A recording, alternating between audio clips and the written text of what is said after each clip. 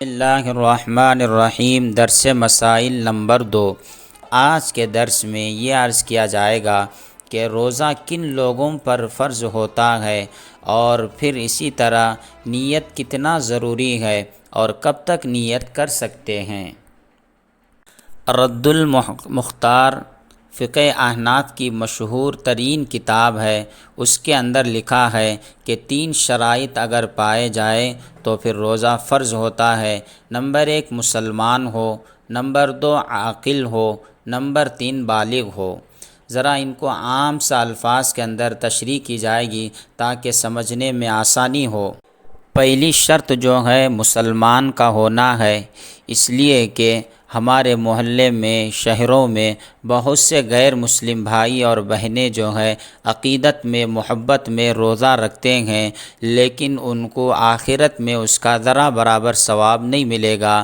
اللہ تعالیٰ اس کو دنیا ہی میں ان کا بدلہ دے دیتے ہیں، اس لیے کہ وہ لوگ ایمان سے خالی ہیں۔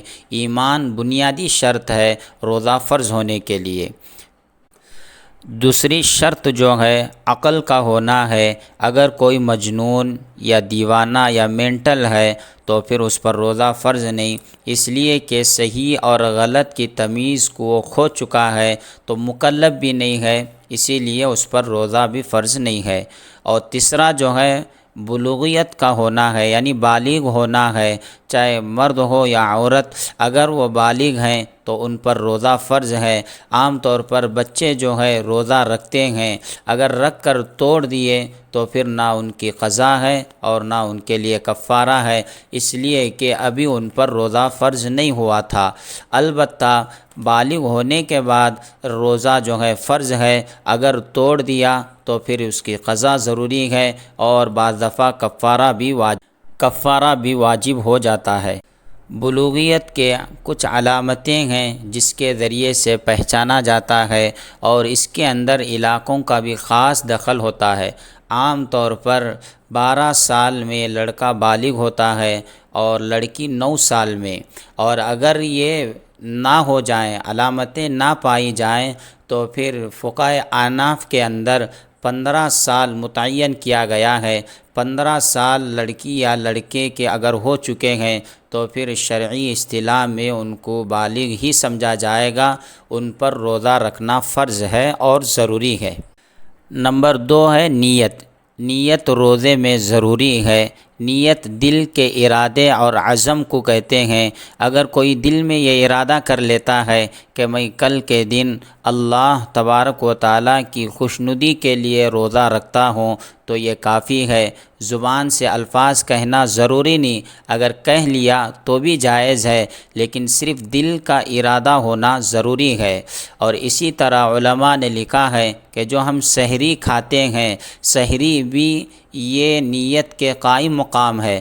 البتہ اگر کسی نے سحری کھاتے ہوئے دل میں یہ ارادہ لایا کہ میں صرف کھا رہا ہوں لیکن روزہ نہیں رکھوں گا، یا ایسے ہی کھا رہا ہوں، تو پھر وہ نیت کے قائم مقام نہیں، روزہ رکھنے کے لیے دوبارہ اس کو نیت کرنی پڑے گی۔ اور بعض دفعہ ایسا ہوتا ہے کہ آدمی رات میں سو جاتا ہے لیکن صبح میں سحری کو نیند سے بیدار نہیں ہوتا، یا ہوتا ہے تو سحری کا وقت ختم ہوا ہوتا ہے، تو پھر اس صورت میں مسئلہ دریافت کرتے ہیں، پوچھتے ہیں کہ ہم سحری نہیں کھائے تو کیا ایسے ہی روزہ رکھ سکتے ہیں اور کیا نیت کر سکتے ہیں؟ تو نیت کب تک کیا جا سکتا ہے؟ نیت جو ہے دن کے آدھے حصے سے پہلے تک کیا جا سکتا ہے۔ مثلا دن کے 2 حصے ہیں، ایک جو ہے نصف نہار عرفی کہتے ہیں، ایک نصف النہار شرعی کہتے ہیں۔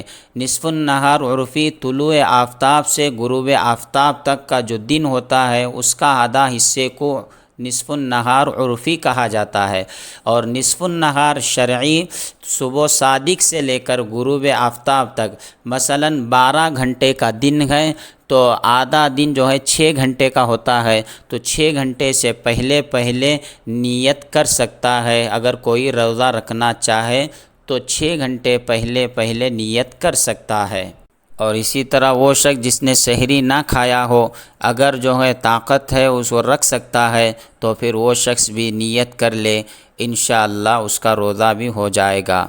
اللہ تبارک و تعالی ہمیں اس پر عمل کرنے کی توفیق عطا فرمائے۔ جزاک اللہ خیرا و احسن الجزا۔